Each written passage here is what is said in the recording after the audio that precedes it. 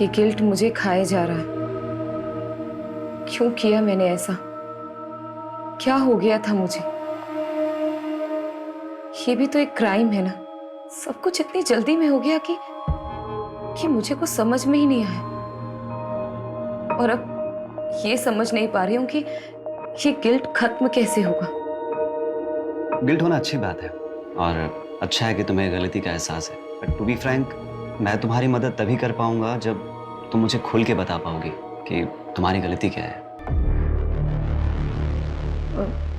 मुझे लेट हो रहा है, मैं चलती हूँ।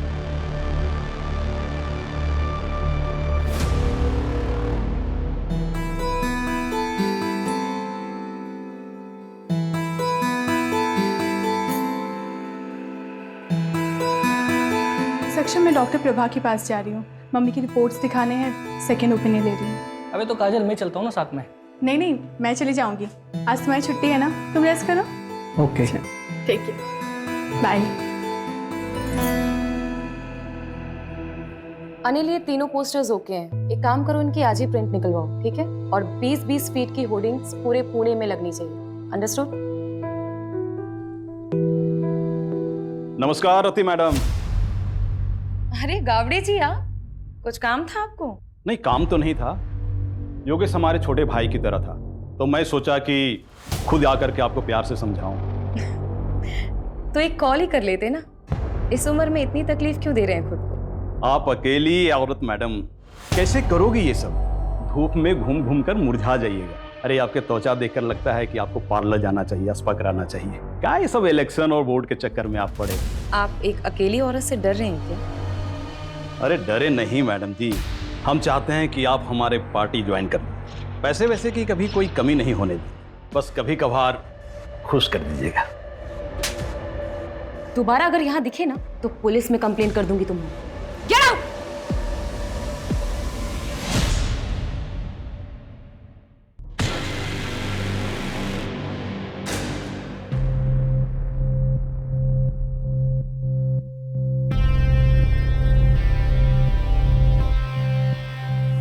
रति, कब तक हम ऐसे छुप छुप के मिलते रहेंगे? काजल प्लीज मुझे थोड़ा और टाइम दे दो। मैं अब तक उस गिल्ट से बाहर नहीं आ पा रही हूँ। कब तक तुम उस गिल्ट में रहोगी? तुम उस गिल्ट से इसलिए नहीं निकल पा रही हो क्योंकि तुम निकलना नहीं चाहती। और मुझे तो ऐसा लगता है कि तुम मेरे लिए सीरियस नहीं हो। नहीं काजल, ऐसी कोई बात नहीं है। मैं तुमसे बहुत प्यार करती हूँ। I love you so much. I love. तुम डिसाइड कर लो, तुम्हें मैं चाहिए या फिर तुम्हारे ये गिल्ट। तुम्हारे पास 1 हफ्ते का समय है। मैं कानपुर जा रही हूँ, मेरी माँ का ऑपरेशन है। काजल,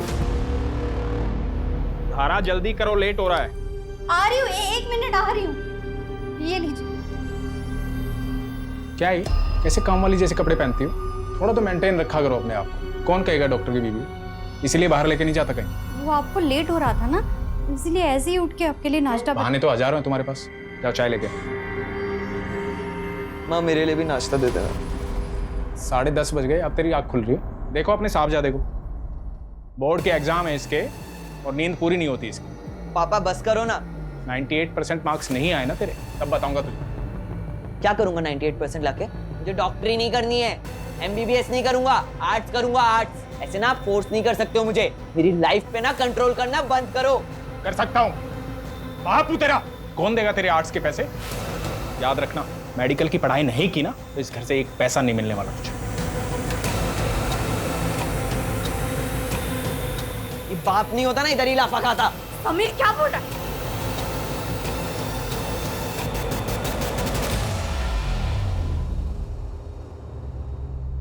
माता जी, ये दवाई मैंने लिखी है और ये हमारे कैंप की तरफ से फ्री है। जुग जुग जियो बेटा, तुम बहुत ही अच्छा काम कर रहे हो। भगवान तुम्हारी सारी मनोकामना पूरी करे।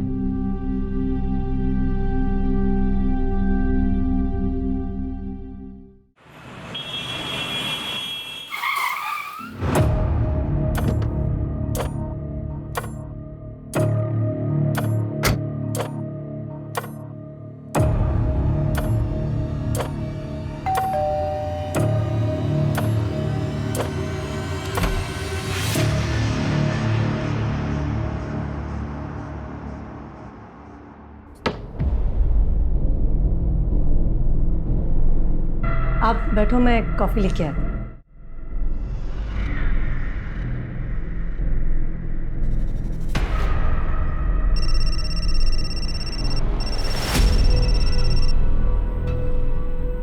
रवि, वो मैंने आपसे जो 2 लाख रुपए मांगे थे ना बैंक से निकालने के लिए, वो प्लीज लेके आना।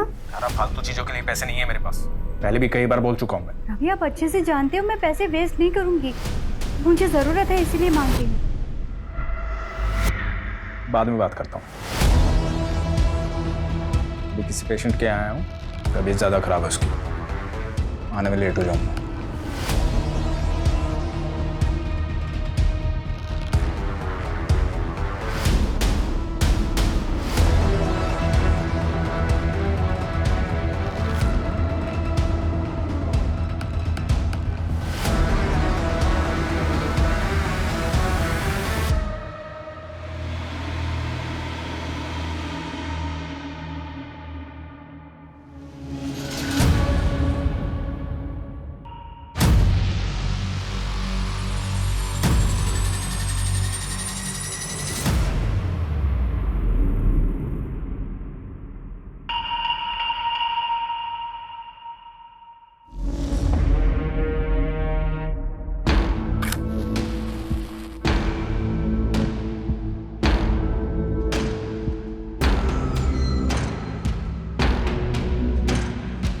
अरे वाह, महंगी वाली, क्या बात है।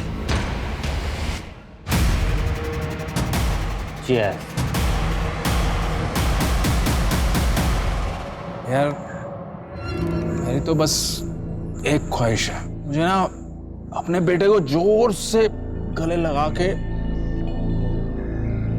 आई लव यू बोलना है। अरे रवि बाबू, आपके दुख की दवा तो आसान है। आप ना अपने बाप वाली ईगो ना साइड में रख के अपने बेटे को जोर से गले लगा के आई लव यू बोल दो। बिल्कुल। पर मेरे दुख की दवा नहीं है बाबू, 28 का हो चला हूँ पर कोई मिलती ही नहीं है। अरे ऐसा लुक्के के जैसा घूमेगा तो तेरे को कभी कोई नहीं मिलेगी। भाऊ, आप तो लुक्के नहीं हो ना, तो आपके आगे पीछे क्यों नहीं घूमती 4-5 लैला है? मुझे लुक बोल रहे हैं। भाऊ, मैं क्या बोल रहा था कि क्या कर दिया ये? हाँ, समझता नहीं तेरे को? हाथ कैसे लगाया मेरे को तूने? अरे लड़की खड़ी है, शर्म नहीं आती तुम लोगों को? हाँ?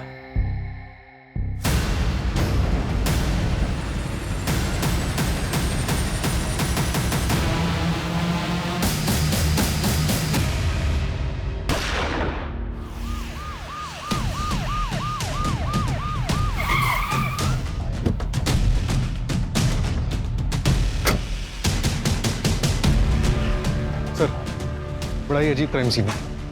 देखिए, गन पॉइंट देख के लग रहा है कि इसने इसको और इसने इसको शूट किया है। और सर, माहौल देखकर लग रहा है कि कल रात पार्टी चल रही थी। ये काम एक दूसरे की सहमति से किया गया है। I mean, एक दूसरे की सहमति से एक दूसरे को शूट किया गया है। मतलब मास सुसाइड। सर, ये 2 आईडीज मिली। इसका नाम प्रदीप शर्मा है और ये डॉक्टर रवि का। डॉक्टर रवि यादव, यादव हॉस्पिटल का मालिक। तुम जानते हो इसे? हाँ, काफी फेमस डॉक्टर है। और ये तीसरा कौन है? सर, इसके पास से कोई आईडी नहीं मिली।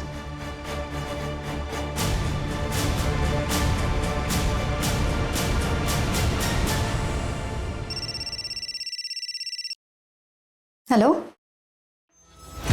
क्या? माँ, क्या हुआ? समय, पापा।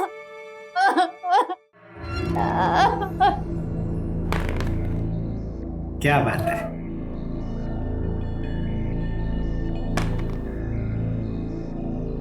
पापा, आपका 1 आया था, आपने 3 क्यों चलाया? मैंने चीटिंग नहीं किया। नहीं पापा, आप चीटिंग कर रहे हो। चलो, आई देखो ना पापा, चीटिंग कर रहे हैं। क्या टिया, तू भी किसको बता रही है? ये तो खुद चीटर है।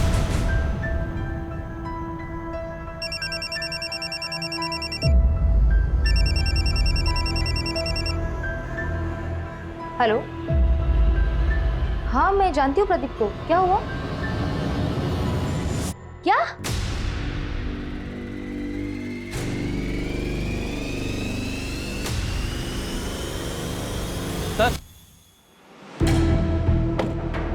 सर ये रवि की सीडीआर, इसमें एक नंबर मिला है जो आज सुबह से बंद आ रहा है। किसका नंबर है? सर जया कामली के नाम पर रजिस्टर्ड है। रेगुलर बातचीत होती थी? हाँ सर, दिन में 2-2 घंटे बात होती थी। सर तो कहीं ये डॉक्टर रवि का अफेयर तो नहीं चल रहा था? पॉसिबल है। पोस्टमार्टम रिपोर्ट आई? सर डिटेल पोस्टमार्टम रिपोर्ट आने में 1 हफ्ता लगेगा। प्राइमरी पोस्टमार्टम में ये आया है कि तीनों की बॉडी में 250 ml से ज़्यादा अल्कोहल है। मतलब पूरे चांसेस हैं कि फुल नशे में हो।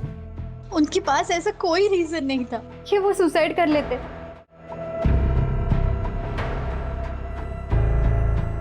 क्या आप लोग इन्हें जानते हैं? नहीं नहीं सर। नहीं। क्या इसको जानते हैं? नहीं जानते सर। जया कामली, शायद नाम सुना हो। नहीं जानते सर। श्योर? जी।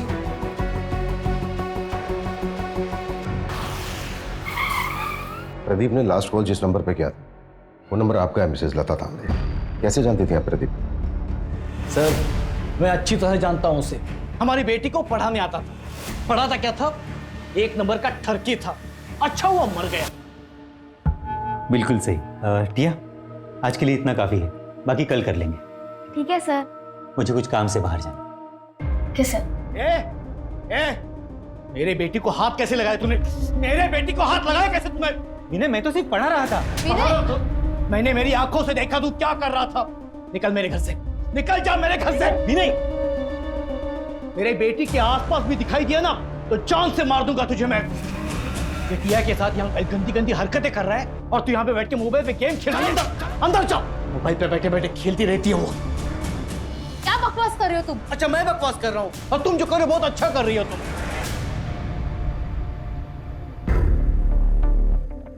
सॉरी सर, वो थोड़े गुस्से वाले हैं। मंजू, यस। इन दोनों को देखिए, कभी आपने प्रदीप के साथ देखा है इन दोनों को? जानती हैं आप इन्हें? नहीं, मैंने नहीं देखा। प्रदीप की फैमिली में से जानती है किसी को? देखिए हम उसके घर पे गए थे, घर पे ताला लगा हुआ था और नेबर से भी हमें कोई खास इन्फॉर्मेशन नहीं मिली। नहीं सर, उसने कभी कुछ बताया नहीं। शायद वो अकेला ही रहता था। अच्छा मिसेस तांबे, क्या आप कोई ऐसा रीजन जानती हैं जिसकी वजह से प्रदीप सुसाइड कर सकता है? नहीं सर, मैं अच्छे से जानती हूँ उसको। प्रदीप सुसाइड कर ही नहीं सकता। अपना वादा याद है ना तुम्हें? भूली तो नहीं? वरना मैं अभी भी पुलिस के पास जा सकती हूँ। नहीं, पुलिस के पास मत जाना। मैं रवि के अंतिम संस्कार में बिजी थी। मैं तुम्हारा काम कर देती हूँ। जल्दी करो, मैं और दिन ज्यादा वेट नहीं कर सकती हूँ। हाँ ठीक है।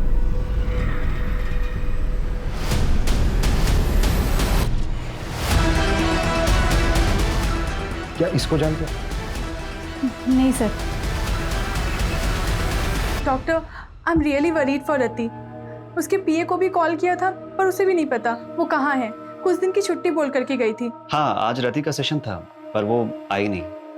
टू बी ऑनेस्ट, मैं खुद भी उसके लिए थोड़ा वरीड हूँ, स्पेशली लास्ट सेशन के बाद। मुझे पता था कि यही होगा। आप कितना भी भाग लो लेकिन आपके कर्म आपको ढूंढ ही लेते हैं।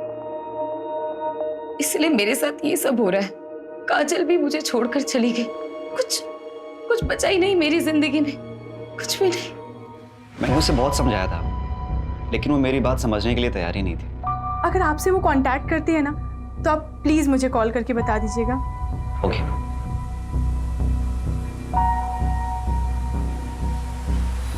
सर डॉक्टर रवि ने पाषाण में 3 करोड़ का फ्लैट बुक किया है। 3 करोड़ का घर? जी। नॉमिनी कौन है? बेटा नॉमिनी। फ्लैट बीवी के नाम पे बुक किया। हाँ लेकिन सर गन की बैलिस्टिक रिपोर्ट आ गई। ये देखिए, थोड़ी सी शॉकिंग है। रवि के पास जो गन थी उससे एक भी बुलेट नहीं निकली। प्रदीप और जो अननोन विक्टिम मिला है उनके गन से एक बुलेट निकली। लेकिन गोली तो तीनों को लगी थी। तो फिर तीसरी गोली किस गन से चली? सर अननोन विक्टिम के हेड में जो गोली मिली उसकी बैलिस्टिक रिपोर्ट बन रही है। 2 दिन में गन का पता चल जाएगा। इसका मतलब साफ है कि वहां पर कोई चौथा भी था। मुझे शुरू से ही लगा कि वहां पर एक औरत भी थी जिसकी चूड़ी मिली थी हमें, और वो औरत वो यही हो सकती है। इंस्पेक्टर बिल्लू सिंह रिपोर्टिंग साहब। चले। ए शामराव, लेकर जाओ इसको। हर हफ्ते का नाटक है। लॉकअप में डालो और शाम तक उसे छोड़ना। कल 1 minute Manju. Shamrao. Yes sir. इसको बाहर लेके चलो। सूरज, गन ग्लव्स लेके आओ। Okay sir.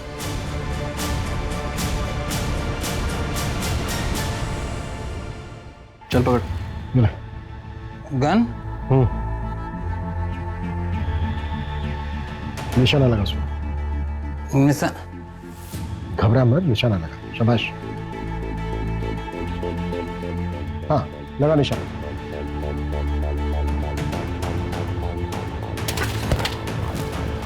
इसको तुरंत हॉस्पिटल लेके जाओ और इसका अल्कोहल कंटेंट चेक करो। क्विक। चलो चलो। मान लेते हैं ये है मिस्टर एक्स। मिस्टर एक्स के राइट हैंड में गन थी। मिस्टर एक्स ने प्रदीप को शूट किया। प्रदीप के राइट हैंड में गन थी। प्रदीप ने रवि को शूट किया। रवि के हाथ में भी गन थी, लेकिन रवि की गन तो चली नहीं, तो फिर मिस्टर एक्स को गोली लगी कैसे? देखो, इन तीनों के ब्लड में 250 ml से ज्यादा अल्कोहल कंटेंट था। बिल्लू भी हैवी ड्रिंक करता है, जैसा कि हमने देखा कि बिल्लू ठीक से खड़ा भी नहीं हो पा रहा। निशाना लगाना तो दूर की बात। सर तो फिर ये मिस्टर एक्स और प्रदीप का निशाना इतना सटीक कैसे लगा? दोनों में से किसी का भी निशाना नहीं चुका। इसका मतलब ये पूरा क्राइम सीन सेटअप था। एग्जैक्टली, हमें गुमराह करने के लिए। ये कोई मास सुसाइड नहीं, बल्कि मास मर्डर था। इसका मतलब साफ है कि यहाँ पे इन तीनों के अलावा भी कोई चौथा था, और ये चौथा है हमारा असली मर्डर। ये ले तेरे पैसे और अपना मुंह बंद रखना। और हाँ, याद है मुझे मेरी डील। शहर छोड़ के चली जाऊंगी मैं। तेरे लिए यही अच्छा होगा, और गलती से भी समीर की कंप्लेंट पुलिस में नहीं करोगी। बोला ना, नहीं करूंगी।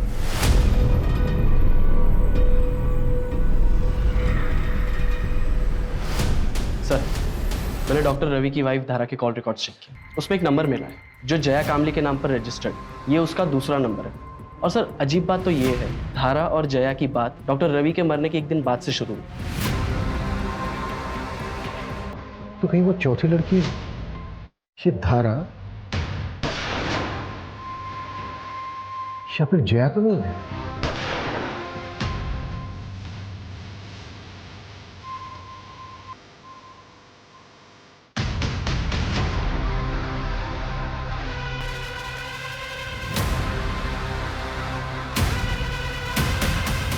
जी, मैं जानती थी जया को। उसका रवि के पास इलाज चल रहा था। उसने रवि की मौत के बाद सांत्वना देने के लिए फोन किया था। जी।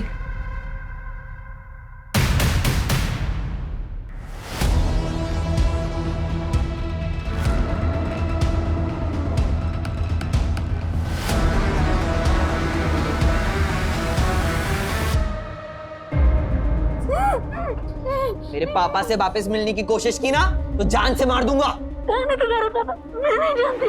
ए, नाटक बंद कर। मेरे पापा डॉक्टर रवि तुझसे मिलने आते हैं ना, तेरे साथ इधर गुलछड़े उड़ाते हैं ना। क्या चाहती है तू? उनकी प्रॉपर्टी? एक बात कान खोल के सुन ले, मेरे पापा की प्रॉपर्टी पे सिर्फ मेरा और मेरी माँ का हक है, समझी? सूरज, जया का मूवमेंट ट्रैक हुआ? बटरफ्लाई रात को कहाँ थी? सर, जया का फोन तो उसके घर पे ही एक्टिव था, और कोई ऐसा क्लू नहीं मिला जिससे ये पता चले कि जया क्राइम साइट पे गई। जैसे क्राइम साइट पे जाने वाले सभी रास्तों का सीसीटीवी हम स्कैन कर रहे हैं। और सर, हॉस्पिटल स्टाफ से भी बात हुई। उन्होंने बताया कि जया को डायबिटीज है और ये डॉक्टर रवि इंसुलिन के शॉट लगाने से घर पे जाता है। व्हाट? तो डॉक्टर रवि और जया के बीच में अफेयर नहीं था? हेलो, अच्छा, नजर रखो उस पर। सर, उन तीनों को जिसने गन सप्लाई की थी उस सप्लायर का पता चल गया। गुड्डू ने उस पर नजर रखी है। मूव।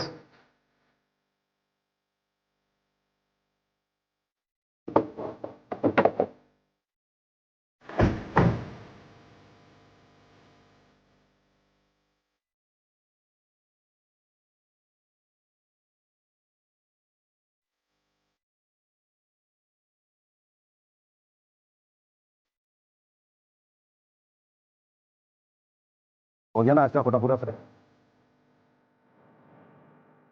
इन तीनों को गन तो नहीं सप्लाई की थी, इसको जानता है तू?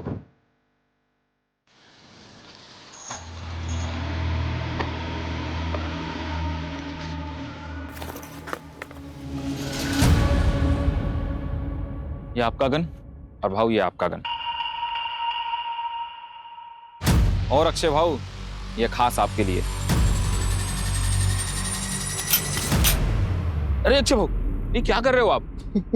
अरे यार बस ट्राई कर रहा था, सॉरी। इसमें गोली तो मैं तो ऊपर पहुंच जाता। गोली लाया, गोली दे। हाँ।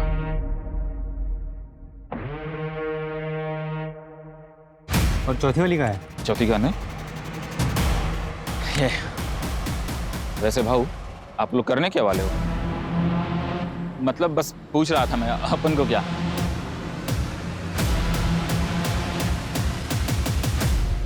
आलू?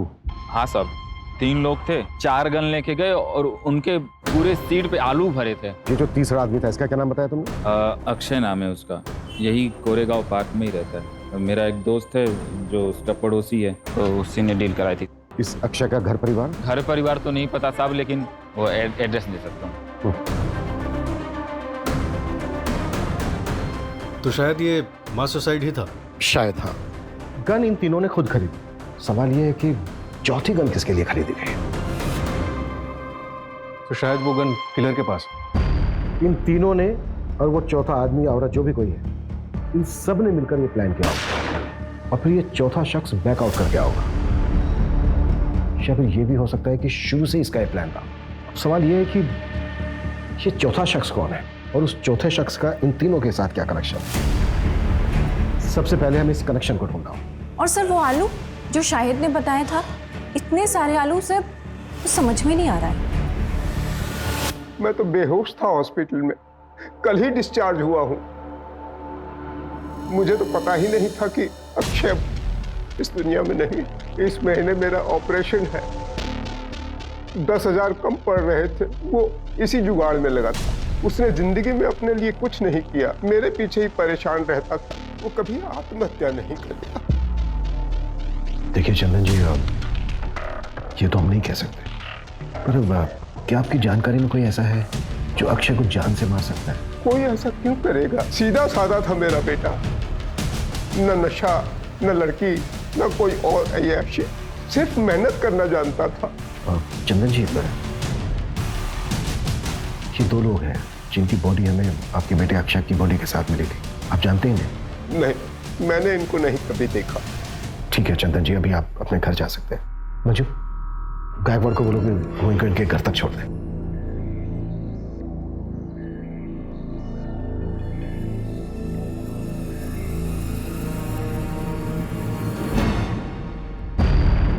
सर, अक्षय की मौत जिस बुलेट से हुई है वो मैच हो गई।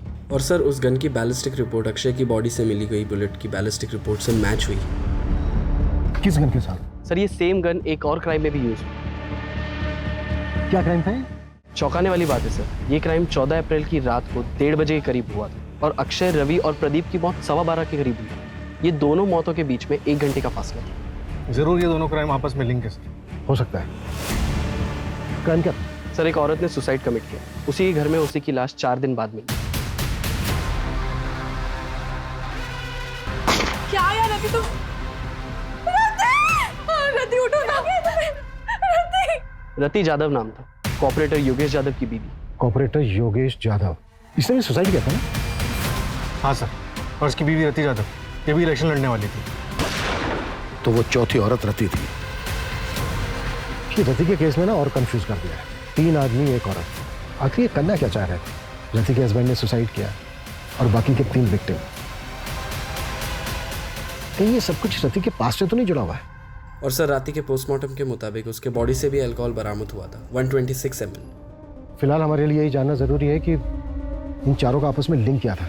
क्या ये चारों एक दूसरे को जानते थे? सर, अफेयर का भी एंगल हो सकता है। पॉसिबल है, पर सवाल वही है कि किसके साथ?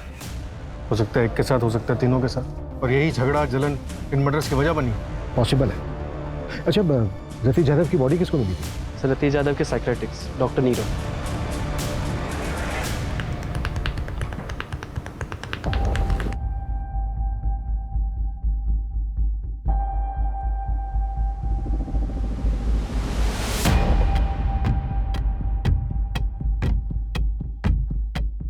हेलो सर, रियली सॉरी, आप लोग काफी टाइम से वेट कर रहे हैं क्या? नहीं, इट्स ओके। एक्चुअली हमें आपसे रति यादव के बारे में बात करनी थी। आप रति के डॉक्टर थे ना? जी। दरअसल हमें ये जानना था कि क्या रति किसी बात को लेकर परेशान थी? जी, एक्चुअली रति गिल्ट में थी। ये समझ नहीं पा रही हूँ कि ये गिल्ट खत्म कैसे होगा? गिल्ट? किस बात का गिल्ट था रति को? कुछ साल पहले उसके हस्बैंड योगेश की डेथ हो गई थी और रति उसके लिए खुद को जिम्मेदार मानते थे। रति आई एम हो। ये तुम दोनों? ये सब क्या हो रहा था? योगेश, योगेश मेरी बात सुनो। क्या बात सुनो तुम्हें शर्म नहीं? मेरा नाम, मेरी इज्जत सब मिट्टी में मिल जाएगा। इलेक्शन कैंपेन स्टार्ट होने वाला है। तुम टेंशन मत लो, मैं और काजल कहीं दूर चले जाएंगे। मुझे छोड़कर सबको पता चल जाएगा। मेरा नाम, मेरा करियर, मेरी इज्जत सब बर्बाद हो जाएगा। योगेश मेरी बात सब सुनो। बर्बाद हो जाएगा। योगेश, योगेश, योगेश, योगेश, योगेश,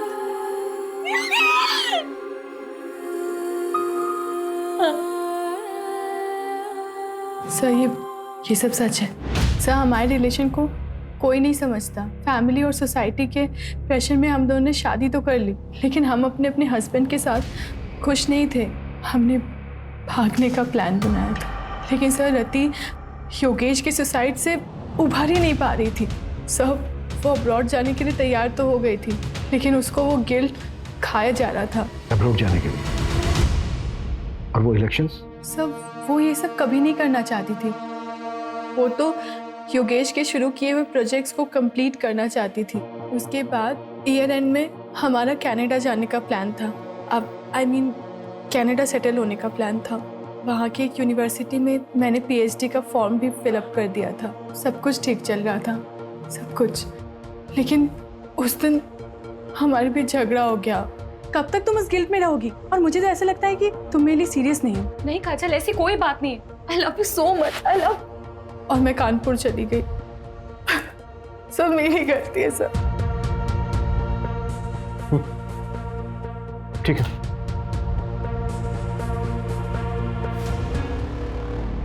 सर, प्रदीप ने मार्केट से 10 लाख रुपए उठाए थे और सर प्रदीप की लोकेलिटी में एक ज्वेलरी शॉप है।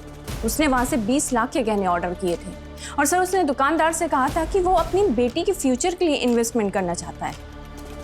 कहाँ है उसकी बेटी? सर मैंने पता किया है, 13 साल पहले प्रदीप को एक बेटी पैदा हुई थी, लेकिन सर बच्चे को जन्म देते समय उसकी वाइफ की मौत हो गई थी। और सर उस नर्सिंग होम के रिकॉर्ड्स पता करते हुए हमें एक जाना पहचाना नाम मिला है, जिसने उस वक्त उसी नर्सिंग होम में एक मरे हुए बच्चे को जन्म दिया था।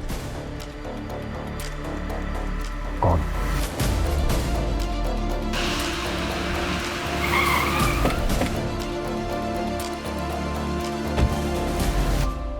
क्या मेरी बेटी टिया मेरी बेटी नहीं है, उस प्रदीप की बेटी है? ये बात तुम्हें पता नहीं थी? नहीं सर, इन्हें नहीं पता। वो मेरी प्रीमेच्योर डिलीवरी हुई थी, उस वक्त ये शहर से बाहर थे, इन्हें कुछ भी नहीं पता। सब कुछ अचानक हुआ सर, और मैंने भी इनसे बात छुपा ली, वरना प्रदीप की तरह ये भी मरे हुए बच्चे की बात सुन के टूट जाते। विनय, हाँ? 14 अप्रैल की रात को 8 से 12 के बीच में कहाँ थे तुम? विनय सर यही घर पे ही थे, मेरे और टिया के साथ।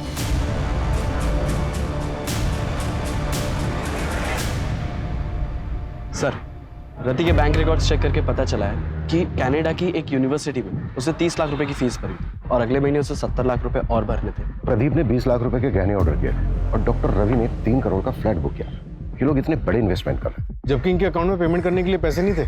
ये भी तो हो सकता है कि पैसा कहीं से आने वाला हो इनके पास, और ये बात पहले से किसी को पता? सर रवि को मारने के लिए धारा, जया और समीर सबके पास मोटिव था। और तो और सर, प्रदीप को मारने के लिए विनय के पास भी मोटिव था। और रति पॉलिटिकल फिगर थी, हो सकता है उसको कोई दुश्मन बन गया। थप्पड़ बहुत महंगा पड़ेगा मैडम जी। तुम्हारी यूनिवर्सिटी की फीस है 1 करोड़ रुपए। सतीश 30 लाख रुपए भर चुकी थी, राइट? जी। बाकी के बचते हैं 70 लाख रुपए, लेकिन रति के बैंक अकाउंट में 70 लाख रुपए थे नहीं, तो फिर वो बाकी के पैसे कहां से भरने वाले थे? सब नहीं काजल, लोन लेने की जरूरत नहीं है। मुझे पैसे डबल करने की एक अच्छी स्कीम मिल गई है, जिससे हम अपनी फीस भी भर सकते हैं। जितनी बड़ी रकम उतना बड़ा इनाम। ऐसी कौन सी स्कीम है? तुम ऐसे चक्रों में क्यों पड़ रही हो? काजल ऐसा कुछ भी नहीं है, मैंने सब क्रॉस चेक किया है, सब जेन्युइन है, डोंट वरी। तुम ट्रस्ट करती हो ना मुझ पे? पैसे दुगने करने वाली स्कीम? एक मिनट, तुम इसके बारे में और क्या क्या जानती हो? रति ने मुझे बस इतना ही बताया था। बेटा मैंने मम्मी को मैसेज कर दिया है, अब मम्मी से ले लो पैसे। ओके ओके बेटा। सर मैंने पता किया, मर्डर से एक हफ्ते पहले रवि ने 1 करोड़ रुपए का लोन लिया था मार्केट से, और उसी तरह प्रदीप ने 50 लाख, रति ने 50 लाख और अक्षय ने अपने दोस्त से 5,000 रुपए उधार लिए थे। और ये पैसा हमें किसी के भी घर से या फिर किसी की भी डेड बॉडी के पास से नहीं मिला। तो इसका मतलब सर वो, इसका मतलब साफ है, हम चौथे आदमी को ढूंढ रहे थे, लेकिन बाजी किसी 5वें आदमी ने मारी, और इस खेल का मास्टरमाइंड वो 5वां ही आदमी है। हाँ मंजू। सर आपने मुझे जैसा बोला था एक बार क्राइम सीन चेक करने के लिए, आप क्राइम साइट पे फौरन आ जाइए, हमें यहाँ कुछ मिला है।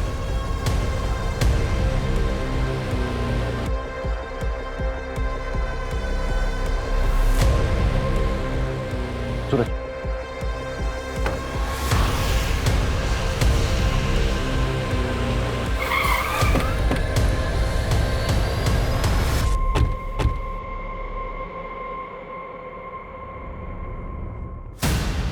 सर ये देखिए क्या मिला।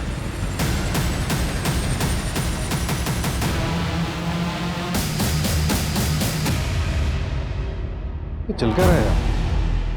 जमीन के अंदर मटकों में आलू। गन सेलर शाहिद ने उन तीनों को गन बेचते वक्त उनकी कार में बहुत सारे आलू देखे थे। Right sir. 4 डेड बॉडीज, इतने सारे सस्पेक्ट्स, पैसा दुगना करने की स्कीम। मुझे पैसे डबल करने की एक अच्छी स्कीम मिल गई है। मास सुसाइड करने का नाटक, और ये जमीन के अंदर इतने सारे मटकों में दबे हुए आलू। सूरज हमें उस 5वें आदमी को जल्द से जल्द ढूंढना होगा, लेकिन फिर वही सवाल कि वो 5वां आदमी है कौन और कहाँ है। सर जैसे आपने बोला था, मैंने वो लाइन जितनी बड़ी रकम उतना बड़ा इनाम, उसके बारे में ऑनलाइन सर्च किया तो 10 साल पुराना एक केस गोरखपुर का मिला है। ये रही उसकी फाइल।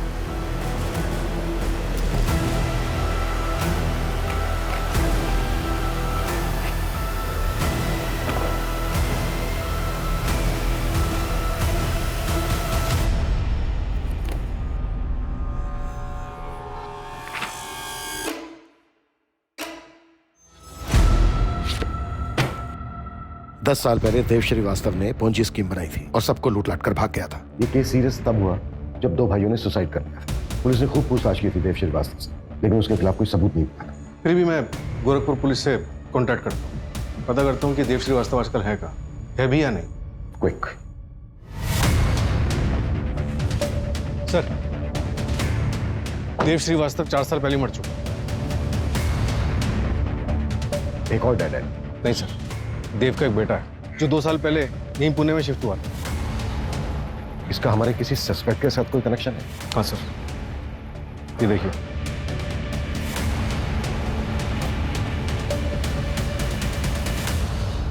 मेरे पास पैसे डबल करने की स्कीम है। ऐसा होता है क्या?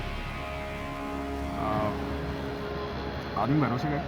हाँ मैं उसे अच्छे से जानती हूँ, लेकिन एक आदमी और चाहिए विधि के लिए। वो तो मैं ले आऊंगा। अरे पर पैसे लेके भाग गया तो? अरे नहीं यार, रति ने मुझे बोला है पहले वो डेमो देगा। क्या डेमो के लिए पैसे देने होंगे? अरे नहीं नहीं, डेमो के लिए पैसे नहीं, कुछ और लगेगा।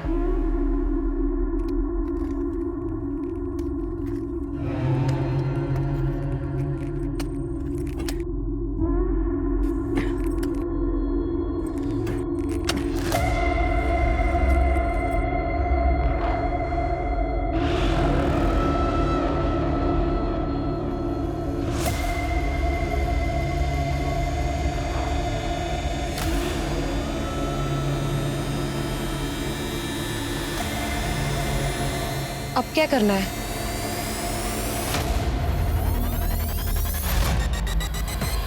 तुम चारों का कार्य समाप्त हुआ और मेरा कार्य आरंभ। इसके लिए तो तुम्हारे पास एक ही रास्ता है, तुम तुम्हारी पार्टनर काजल के साथ अब्रॉड चली जाओ।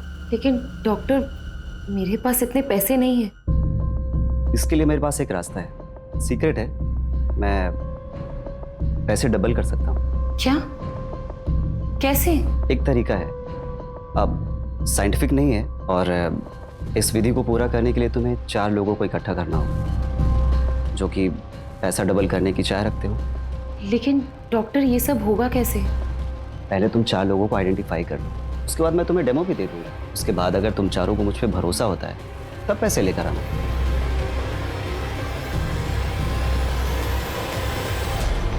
मुझे वरदान है कि मैं जरूरतमंद लोगों के पैसों को दोगुना कर सकता हूँ।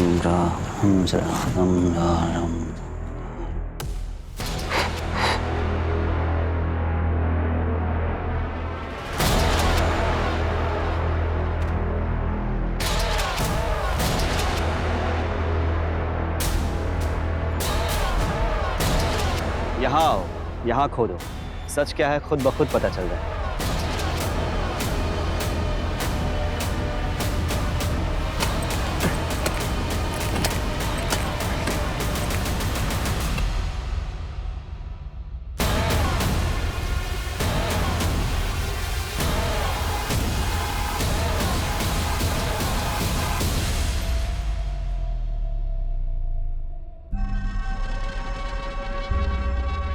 बाबा आपने तो चमत्कार कर दिया, हम पैसे भी लाए, उन्हें भी आज दोगुना कर दो। पैसों को दोगुना करने के लिए इससे भी मुश्किल विधि करनी पड़ी। मैंने रति को बताया था, इसके लिए शस्त्र की भी पूजा होती है।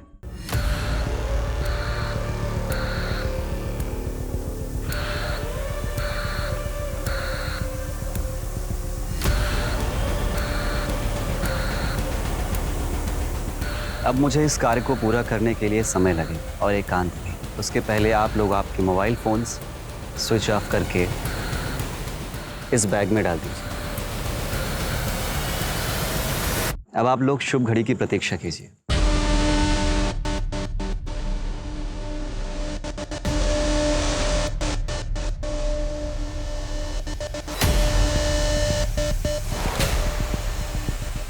भाव मैं क्या बोल रहा था कि क्या कर दिया ये? हाँ?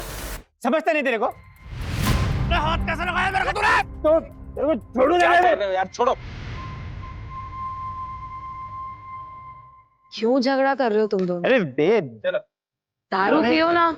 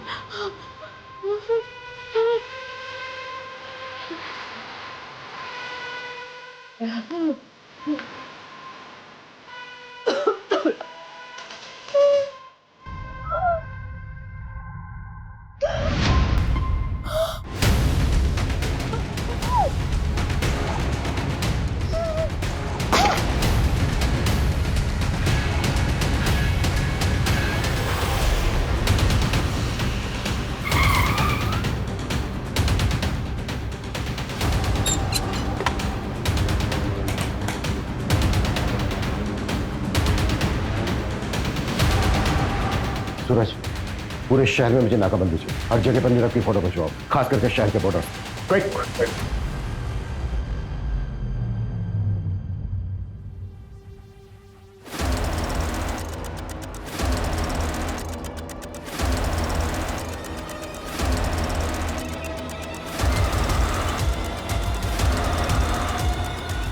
आप लिसन, तुम रूम में जाके शैंपेन निकालो। ओके। मैं बस 2 मिनट में आया।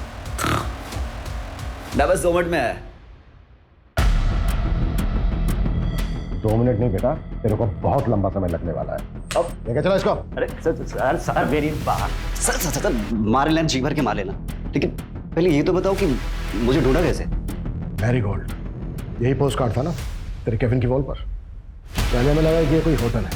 पिछले 6 महीने में कम से कम 60-70 होटल गए होंगे, पर तू कहीं नहीं मिला। फिर मैं पता चला ओ नहीं नहीं नहीं नहीं नहीं नहीं, ये कोई होटल वोटल नहीं है, बल्कि ये तो मुंबई का एक्सक्लूसिव मैन सीक्रेट क्लब है। एक पोस्ट कार्ड से क्लब तक पहुंच गए। तुझे क्या लगा तू ही जीनियस है? तेरे जैसे फ्रॉस्टर्स अपनी झूठी शान में पैसा उड़ाने के लिए एक क्राइम करते हैं। फ्रॉड नहीं, जीनियस हूं मैं। अपने इशारे पे लोगों को नचाता हूं और वो चारों तो अपने लालच की वजह से मारे गए। मेरा उसमें कोई रोल नहीं। वो चारों लालची और तू निर्मोही जिसे कोई मोह नहीं। अरे तूने तो उस अक्षय तक को नहीं छोड़ा। वो बेचारा 5,000 रुपए डबल करना चाहता था, पता है क्यों? ताकि वो अपने बीमार बाप का ऑपरेशन करा सके। आती हुई लक्ष्मी को कौन जाने देना चाहता है? मैंने तो बस एक शतरंज की खेल की तरह जाल बिछाया, जो फंसा हो गया। बेटा अब हम तुझे भी नहीं जाने देंगे। हम अपनी पूरी जिंदगी जेल में खेलना था। और अब ये बता तू आलवों को डबल कैसे करता था? वो तो मैं पहले से गाड़ के रखता था, पर लालचियों को मेरी ये मामूली सी ट्रिक भी समझ में नहीं आई। नीरव को कोर्ट ने आईपीसी की धारा 302 एंटी सुपरस्टिशन और ब्लैक मैजिक के तहत दोषी पाया और 14 साल की सजा सुनाई। लालच एक ऐसी बला है जिसमें आदमी सब कुछ भूल जाता है, अपनी सुध बुध कमाता।